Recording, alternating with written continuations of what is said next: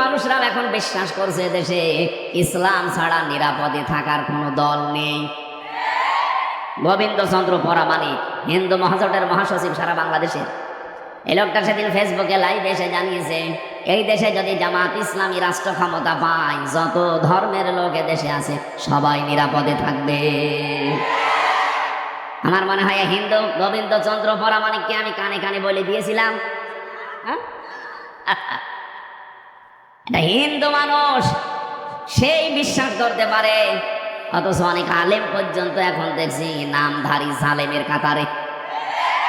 মুরব্বী মানুষ একবার কবরে একবার টাকায়, এখনো পর্যন্ত জালেম মুনাফিক এবং রাম আর বামদের টাকা খেয়ে ফতোয়া দিচ্ছে যে জামাত ইসলামী কোনো ইসলামী দল না, এটা ভণ্ড ইসলাম, এরা মওদুদের মতবাদ কায়েম করতে চায়।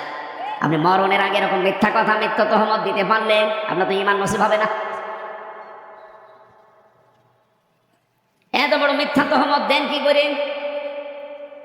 উনি জেলার সহকারী সেক্রেটারি, জিজ্ঞাসা করেন তো এই দেশে জামাত ইসলামী মওদুদিবাদ প্রতিষ্ঠা করতে চায়। মওদুদি আমাদের ইমামের, আমাদের মাযহাবের ইমামও না, ওনার কোনো মাসলাও আমরা নেই না। ওনার একটা বিষয় শুধু আমরা নিয়েছি যে গণতান্ত্রিক পদ্ধতিতে ইসলাম কায়েম করা। হ্যাঁ, আপনার কাছে যদি এটা ভালো না লাগে আপনি অন্য কোনো পদ্ধতি দিতে পারেন, দেন।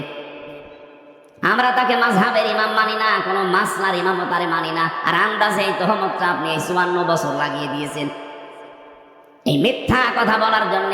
আমার মনে হয় তার তওবা করা উচিত, না করলেও লোক বেঈমান হয়ে মরবে। কারণ তার জন্য লক্ষ লক্ষ মানুষ বিভ্রান্ত হচ্ছে। একটা মানুষ যদি একজনকে মেরে ফেলে, তাকে মেরে ফেলেন, তার গুনাহ শেষ। একজন মানুষ যদি 1000 মানুষ হত্যা করার কাণ্ডারি হয়, যেমন হাসিনা, ও তো একজন মারে নাই, ও মানুষ একজন, কিন্তু মানুষ হত্যা করার তালিকায় ওর নাম লক্ষ লক্ষ। এখন হাসিনাকে যদি আপনি একবার মেরে ফেলেন ওর গুনাহ মাফ হবে না, ওরে কমপক্ষে 2732 বার মারা লাগবে, তাও শুধু 24 সালের জন্যে। আর বাকি সালগুলো বাদ দিলাম।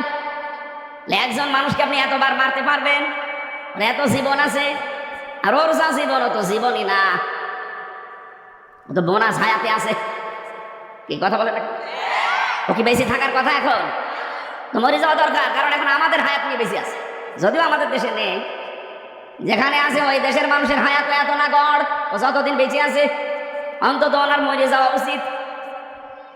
কারণ এই পৃথিবীতে আমি দেখলাম গোপালী, নেপালি আর মোদিজি সব পালানোর ধান্দায় আছে।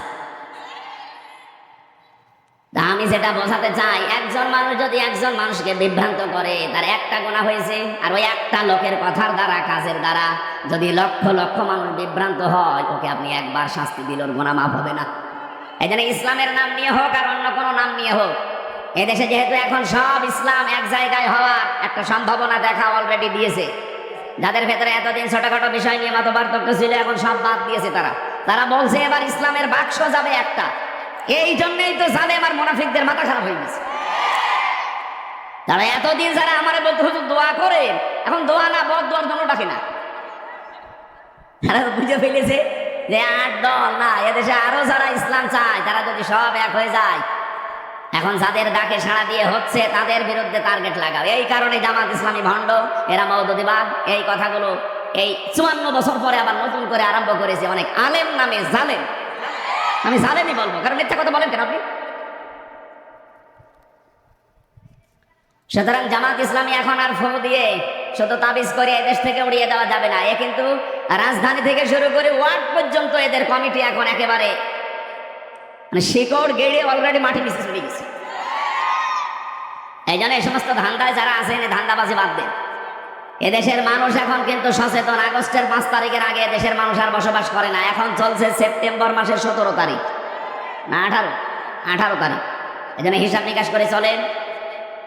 আশা করছি আপনাদের বিবেক খুলবে। এরপরও যদি কেউ দাদা বাবুদের কথায় নাচেন, যা হয়েছে আপার আপনাদেরও তাই হবে। আপনাদের আমরা ভালোবাসি, আপনারা মাজলুম মানুষ। আশা করছি অন্তত ভারতের আগ্রাসন যেন এদেশে আর ডানা বাঁধতে না পারে। যাদের দ্বারা বাঁধবে জাতি কিন্তু খুব সতর্ক, তাদেরকে চিনে ফেলবে, জীবনের মতো তাদেরকে তালাক দেবে। এদেশে কোনো ভারত প্রীতি চলবে না। কথা বলেন না কেন? এই দেশ যদি চলে, দেশের 18 কোটি মানুষের সিদ্ধান্ত অনুযায়ী চলবে। কোনো দাদা কোনো বাবার কথায় আমরা চলতে